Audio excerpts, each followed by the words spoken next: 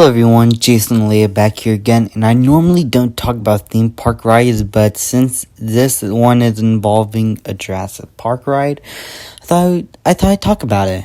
So let's get into it. So if you remember the Jurassic World opening, it was met with a lot of mixed thoughts after. This is so fake and gay. Because a lot of the animatronics, in terms of timing, haven't gotten up to date. And so there was rumors of a refurbishment going on in the park.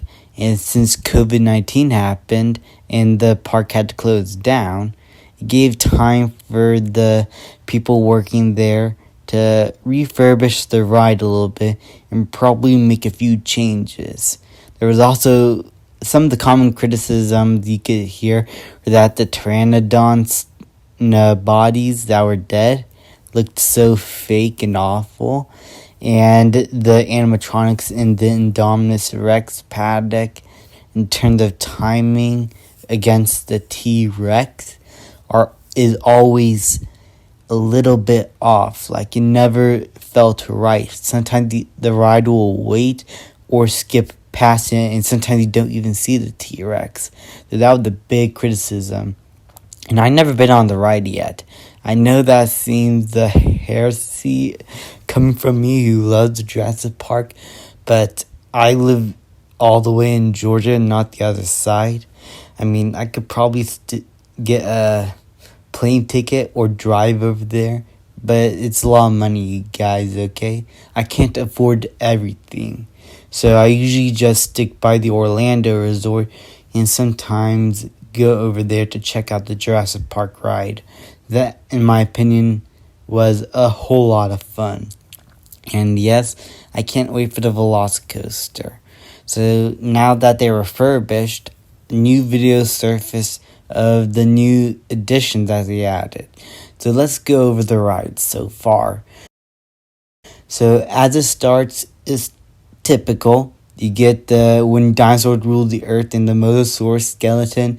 Then you go into the Mosasaurus aquarium, and that always looked awesome. I always did love that. That looked like a cool addition to me, despite a few errors that could probably be touched up.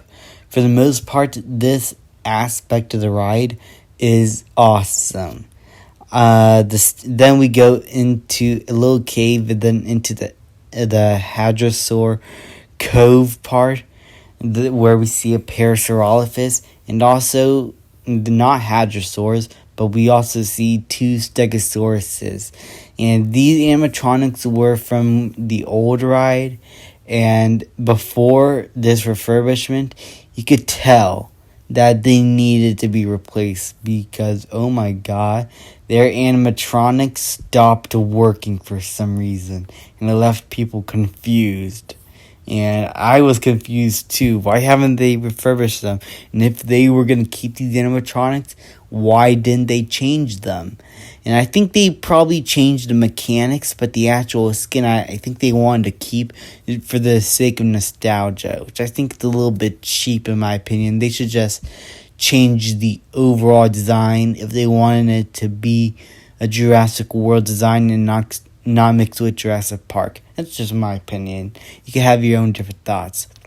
Then we get into the Indominus-Rex paddock, and we see the raptor pen still there, but we also see the pteranodon dead bodies gone and replaced with the old Compsognathus ripping something, having a tug of war. And that, in my opinion, was much better. Like, it looked much better than what we had before. Yeah, that part looks a little bit more empty, but I'd rather have something that looks a little real than something that looks extremely fake. Then we get into the new part. The Indominus-Rex head poking out from the Tyrannosaurus stats thing that was there. That whole part was just the Tyrannosaurus stats that you could learn about, but now it's been replaced with the Indominus-Rex head, and it looks awesome. I mean, seeing this animatronic in the daylight, man, I loved it. And then we go up the rails. We see Owen Grady warn us about certain things. We see a velociraptor, and then we get the drop down. And then it's your typical usual stuff that we've seen before, but the timing is much better. The Dilophosaurus coming out was perfect. The Indominus-Rex poking his head out was awesome. The timing for Blue to come out and save you, or attempt to save you, was really cool. But it's this part of the ride, we get a new animatronic at the end for the Indominus-Rex, and it's a full body one, not half body, which is obscured by trees. No, you get a full body with legs and tail coming out with the animatronic, and it looks amazing. The way it moves feels real.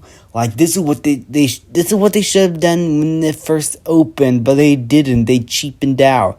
And also, before you're able to drop, the T-Rex comes in, roars, and the two have a little stare down before they eventually fight. And then you get the drop down. The timing was so much better, and the impact it left feels much more real.